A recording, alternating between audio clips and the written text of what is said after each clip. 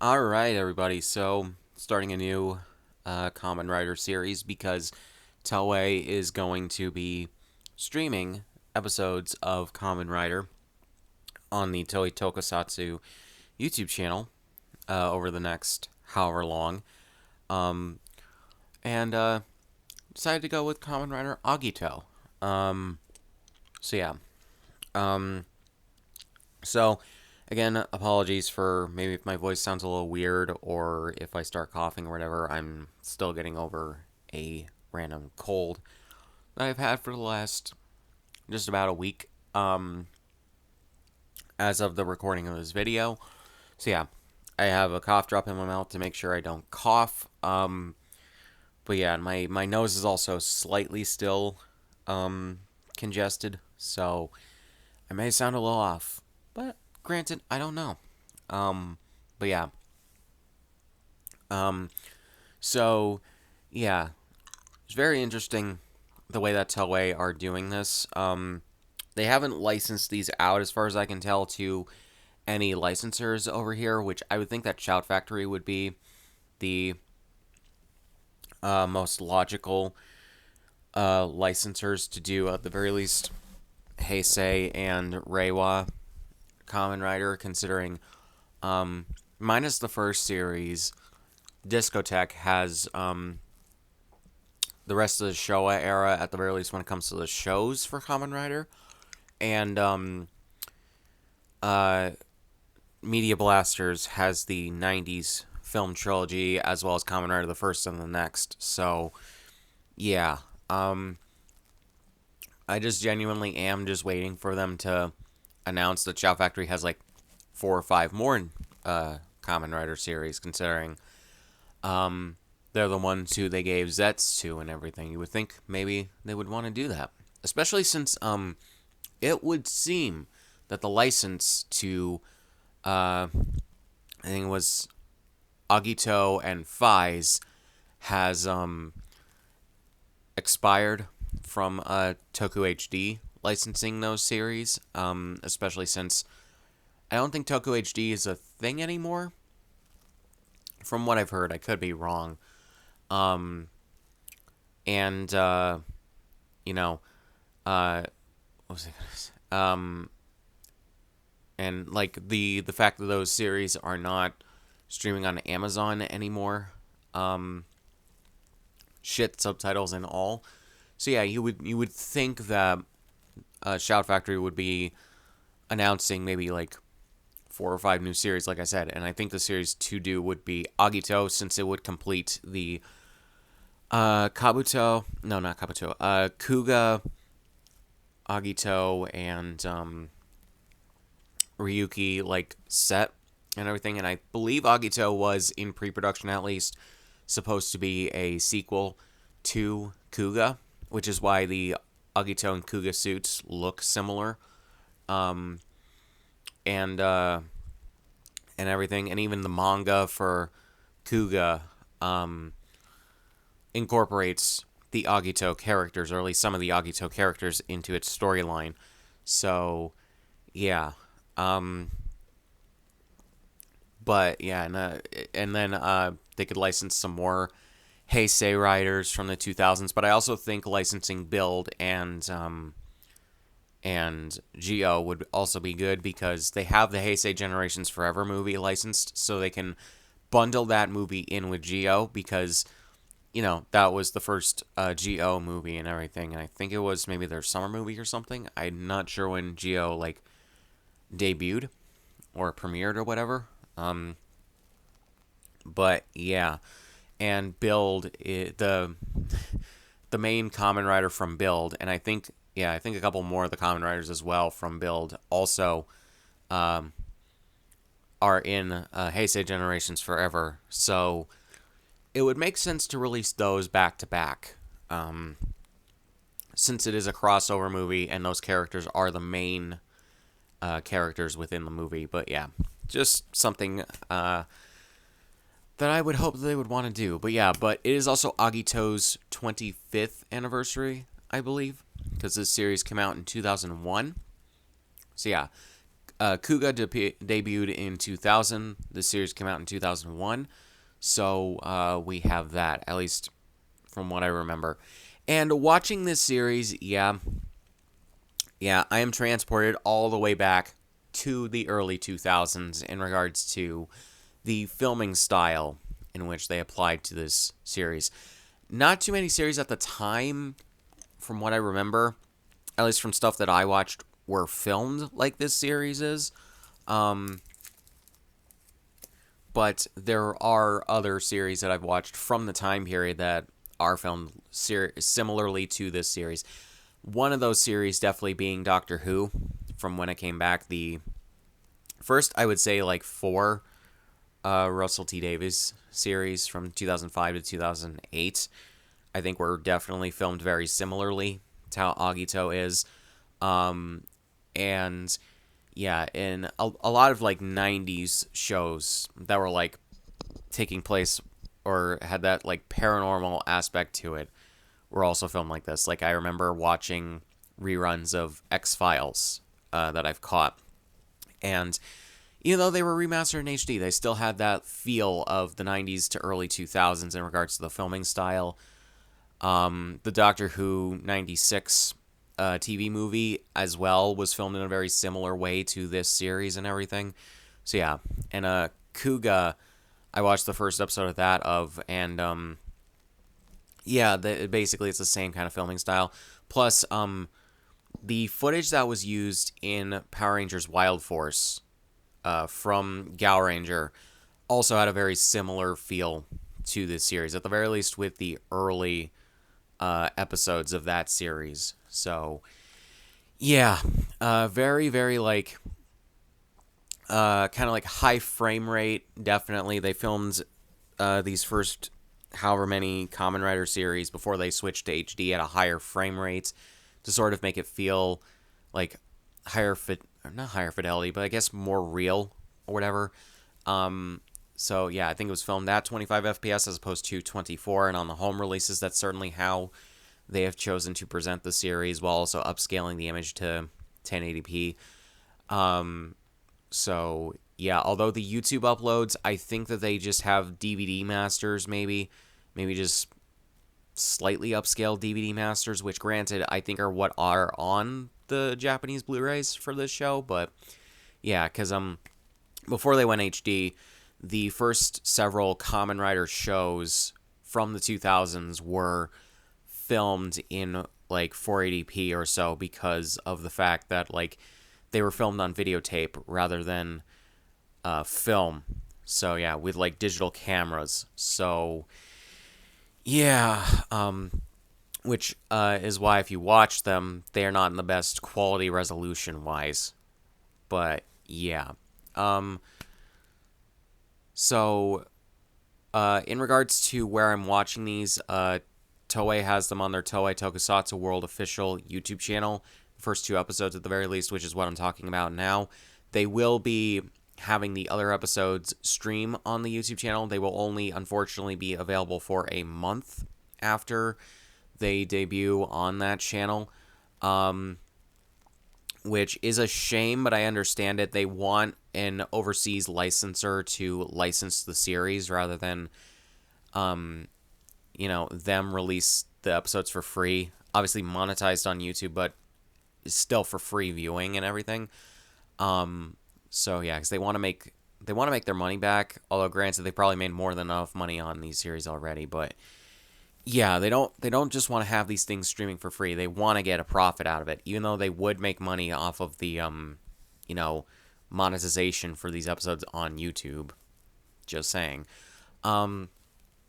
But yeah, there's also a thing with the subtitles of some people say that the subtitles on the YouTube channel or the YouTube uploads for Toei's official uploads are not very good.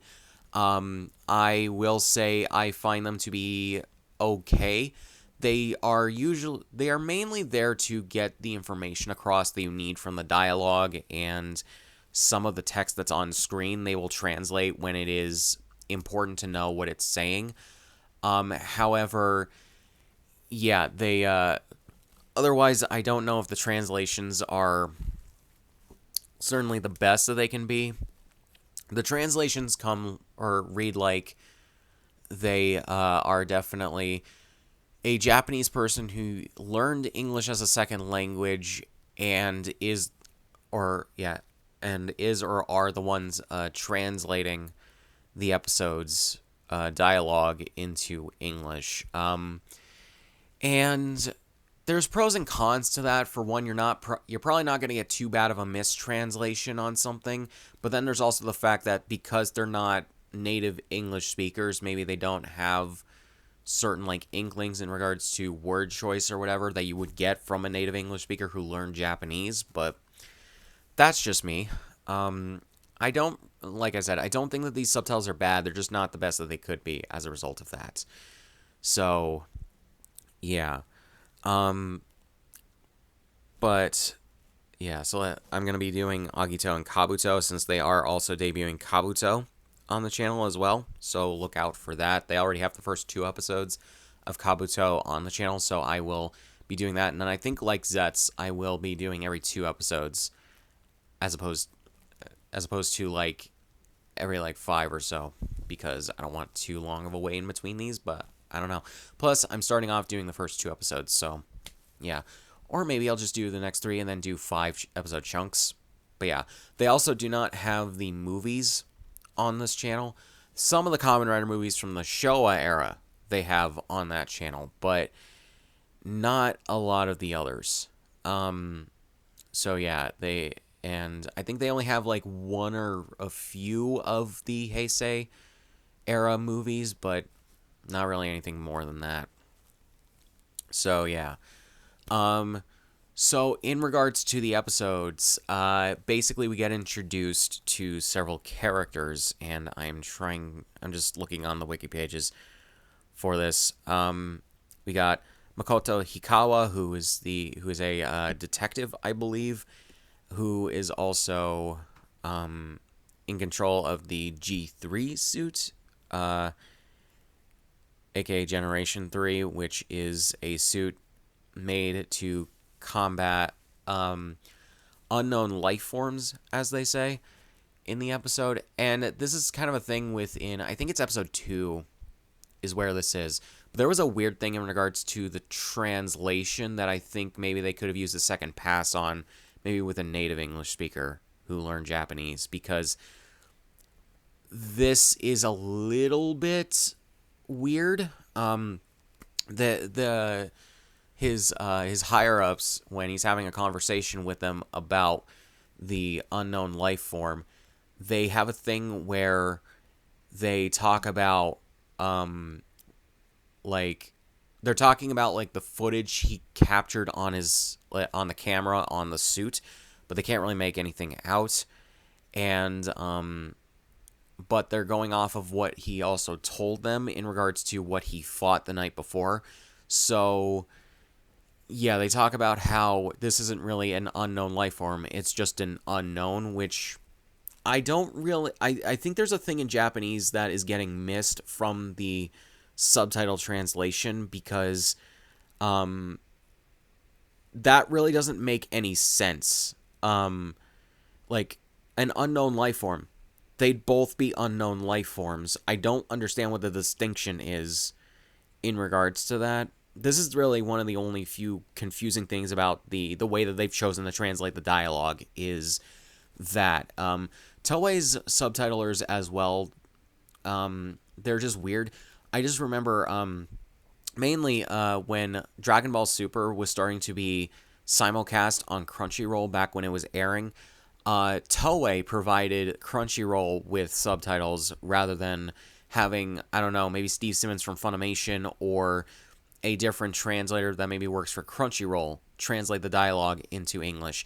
And the subtitles, a lot of people said, were not great. It was kind of plain, but then also they used dub terms in the subtitles for the Japanese version rather than, having the Japanese terms like that Steve Simmons often uses.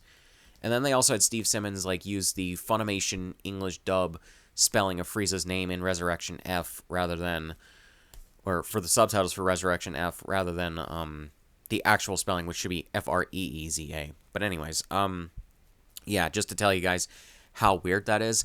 So I think that if they were to give this series to Shout Factory or license it to Shout Factory, and maybe they give Shout Factory the subscripts that they have already written, I think whatever translators Shout Factory hires for Kamen Rider and Sentai and whatever, I think that they could easily watch through these episodes and give the dialogue in the subscripts another pass, because that was kind of confusing. I'm just like, what is the, like I said, what is the distinction here? Because it doesn't make any sense. Then there's a later thing where a woman who works with Makoto, she says that unknown is what I think Americans or something refer to for like unknown spacecrafts, but that's both yes and no, because we say UFO, unidentified flying object. Again, I don't know if that is a great translation of the dialogue or not.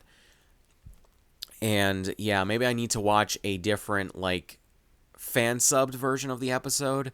Or there was even, funnily enough, there are two different English dubs made by an American company for Agito and another series I can't remember, but they were produced by an American company, but the scripts were translated from a Spanish dub that was done in Mexico, I believe, rather than just straight from the Japanese, which not really necessarily that bad, as long as it's not a bad translation from Spanish. It's not going to be, or not a bad translation to Spanish, then to English. It's not going to be too bad of a translation from what I feel.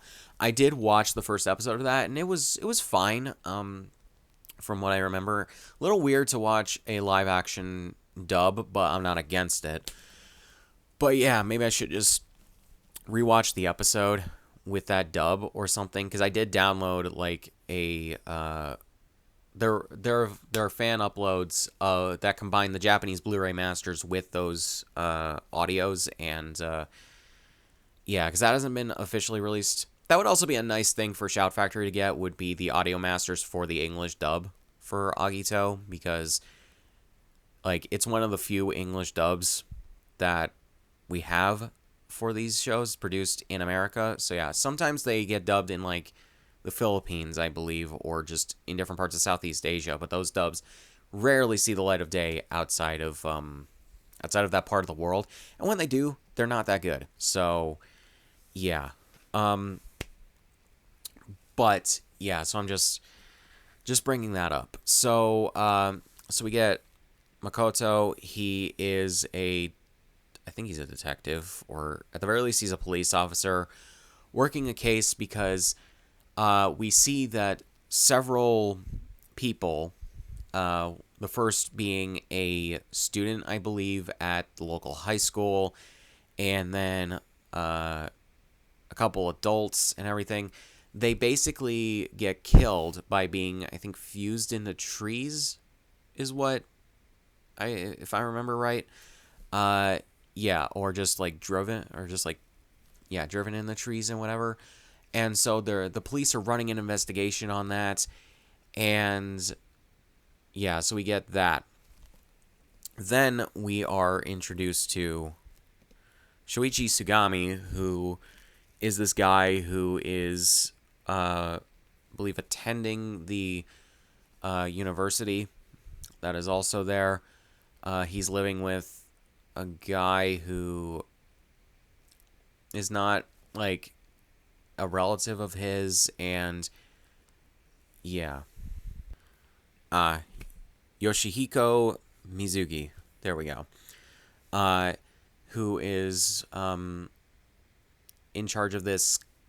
I don't know if it's a class, but it looks like more of a club kind of thing with these students that, like, I don't know what the hell this is for, but like something about having powers. I'm assuming that it's either a book club or maybe maybe like an acting thing. I don't know what exactly this is. I don't know if it's really explained in the dialogue or if you're supposed to automatically get it. But yeah, actually, it's not explained in the dialogue. Otherwise, I would get it. But yeah, uh, and we're also introduced to Ryo Ashihara, who is a swimmer at the, I believe, the university as well, and Mana Kazaya, who, well, she's shown to like have some kind of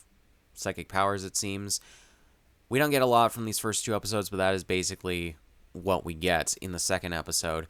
And I think she does, as far as I can tell, I think she sees Shoichi as sort of maybe an older brother kind of figure because she's still like a young teenager. So we have that. At the very least, she looks like one. So I could be wrong on that, but yeah. Um. So yeah. So at towards the end of episode 1, we get. Sorry, I'm still learning people's names. Makoto.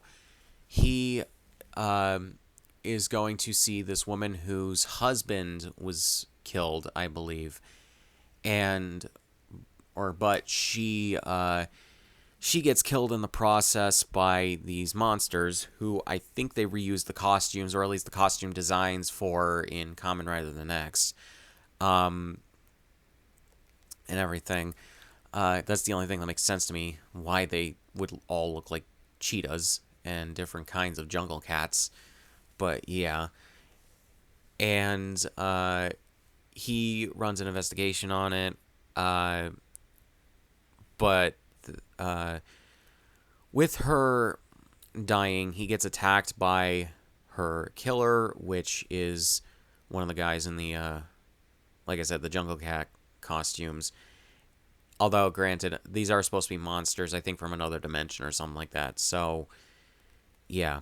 And he calls for backup, and his coworkers get him the G3 suit. He tries to fight it, but is unable to. So then we see Agito, who comes in and fends off the monster and blows it up in the first episode. So then we get into episode 2, and it's like I said earlier, where Makoto is talking to his, not subordinates, higher ranked officers, I guess, about what happened. They don't necessarily know what to believe and everything. But yeah, there is a detective who comes in and doesn't believe Makoto's story about what happened to him and thinks that he's lying to make sure that the department he works for doesn't get shut down because of the fact that they took out all of the unknown life forms that they were assigned to 2 years prior. So, yeah, it kind of reminds me a lot of the paranormal, whatever it is, from Kamen Rider Zets, funnily enough, for how they would eventually do that, because that would be a similar thing with Fujimi and Nazca. But yeah, so then yeah, Makoto just keeps his cool and basically just doesn't admit that he's lying because he's not. And yeah, so as we go on, we go through another day, or maybe another couple days of that. Eventually, Makoto himself, I believe, gets attacked. Or no, not he doesn't get attacked. Something happens to where he needs to have the G3 suit back as well. So he calls his coworkers, and they get him the G3 suit, and he tries to fight. There's 2 more monsters. He tries to fight one of them. Then Agito comes in and takes care of the other one. And yeah, the G3 suit is unfortunately for him not very usable when it comes to these monsters and everything. And then we see Agito, after he's defeated the monsters, attack Makoto. So yeah, and that's where the second episode leaves off and everything. And because I haven't seen the series before, well, yeah. So yeah, and we get obvious like things where we see that uh Shoichi, he is the one that's behind the Agito suit and everything, and he seems to be possessed by the suit and everything. And yeah, it's just interesting the way that they've decided to go with this, because Shoichi has a thing where he seems to like hear some kind of high pitched noise, and he doesn't know what to do. He gets like stunned by it, and all that, and yeah, so whatever is happening there, it seems to happen when the unknowns come in and start terrorizing people. So kind of interesting on that. So yeah, and then we also see that Rio is also affected by them, and yeah, and it actually fucks up a swim meet, I believe, that he has. It's either that or maybe they're practicing, but I'm pretty sure it's an actual swim meet that he's having, where he gets stun locked when he's in the water, and he gets put in the hospital because of it. So yeah, so it's that kind of a thing um, where it seems to be this affliction upon them as opposed to something that they've chosen for themselves. So yeah. In terms of some of the things that have not aged too well, the special effects. The special effects, when they are used, have not aged too particularly well, but I will give them credit for not having shots that linger on them too long. Because I think that that's one of the things that works best with shitty special effects, or just not the best of special effects that age like shit. When you linger on it too long, you give the audience too long to notice the flaws within the special effects. But here they only have like a few seconds at best of shots for the most part, because there is a sequence, actually I think it's a couple sequences in both episodes, where a green screen is used for the part where Makoto gets in his G3 suit and gets on his motorcycle and reverses out of the van where it's kept and onto the road where he follows the monsters and everything. And it doesn't look too great. The green screen, or maybe it's a blue screen, either way, is like they're like too obvious, because one thing with like chroma keying and green screen work is the fact that like one of the easiest ways to tell is when you have haloing or feathering around either characters or objects that are not put into the green screen. And when they shot footage to be put in the background when they were editing these episodes together, that's moving and everything, it just makes it a little bit too obvious and everything with that. I'm trying to think. There's also him putting on his G3 helmet, which at the time I'm sure looked great, or at least looked good. However, when you're looking directly at it, even if the episode is low resolution like this is, or at least the master is this low resolution, you can tell that they're compositing some stuff over it. It doesn't necessarily look bad, but you can tell it's a special effect where they've had to layer some things over it.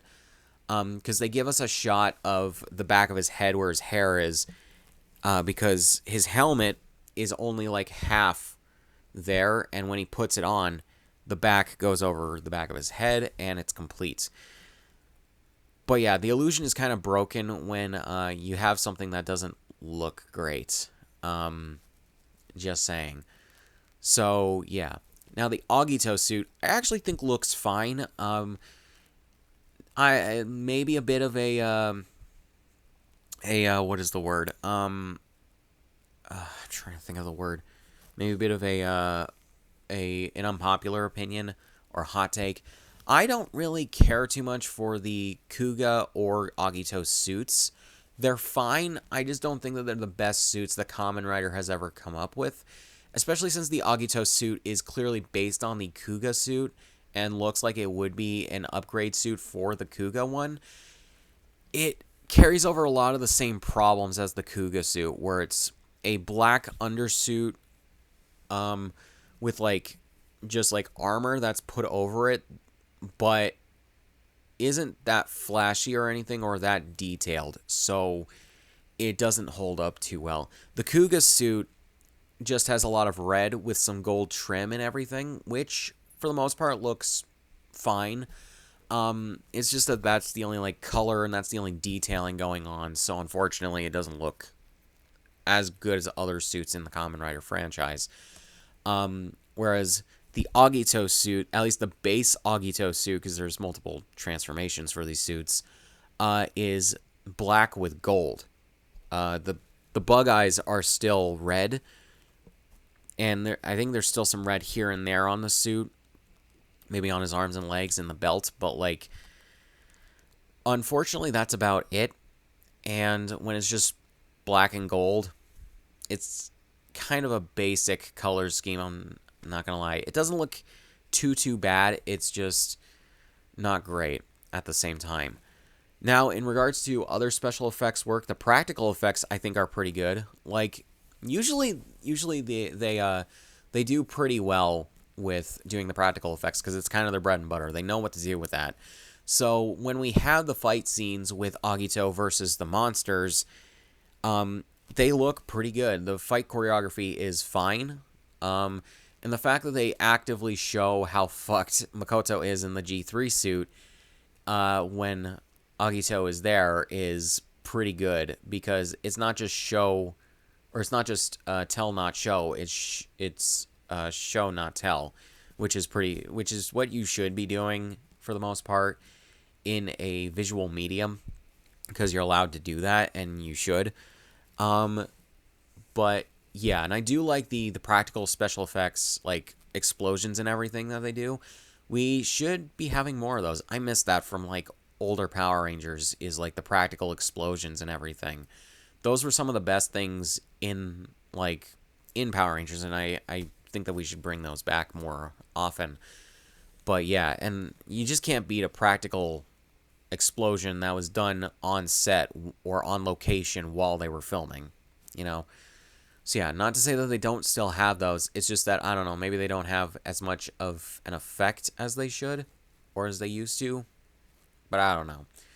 So yeah, I can't really say too much else about that stuff. I just think that they did fine with it. I do like the use of the Agito theme song during the fight sequences there. I think that is what you should be using when it comes to a fight scene like that, if you don't have another equally as good piece of music to use from maybe the background score. But yeah. And yeah, it is kind of funny though, like the guy who gives Makoto shit for where he accuses him of making up what he saw and everything, is so him and another detective are following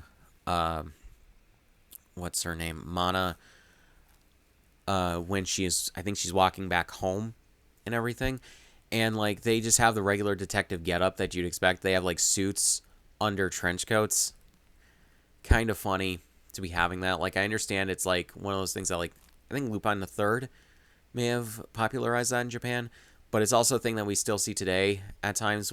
Fujimi in Zets, he still has that kind of a look where he has a regular suit under a trench coat. So yeah, it's just very interesting. And it also reminds me of Doctor Who again, because David Tennant's 10th Doctor, that was his traditional like get up, was the suit under the trench coat.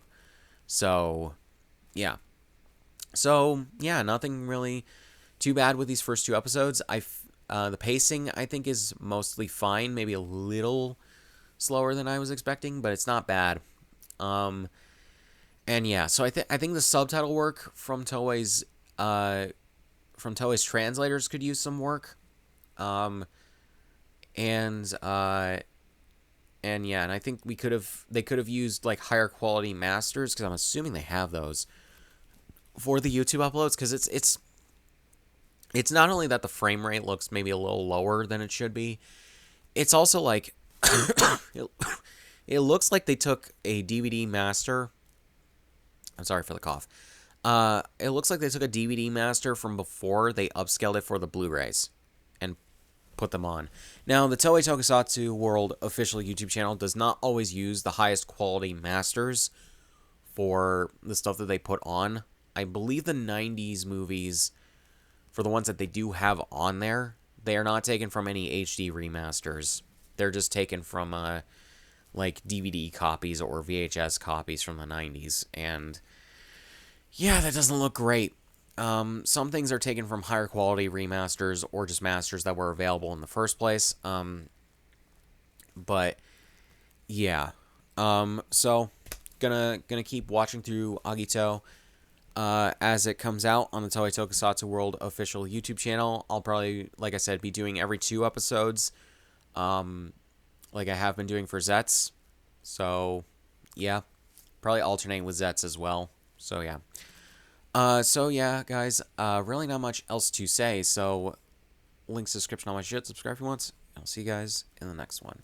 And uh, if you're on the Patreon, stay tuned for more. And by the way, if you want to hear these podcast episodes early, go to the Patreon. Support for at least $1 a month. I'm gonna be making more of a push for that. So yeah, guys. I'll see you guys in the next one.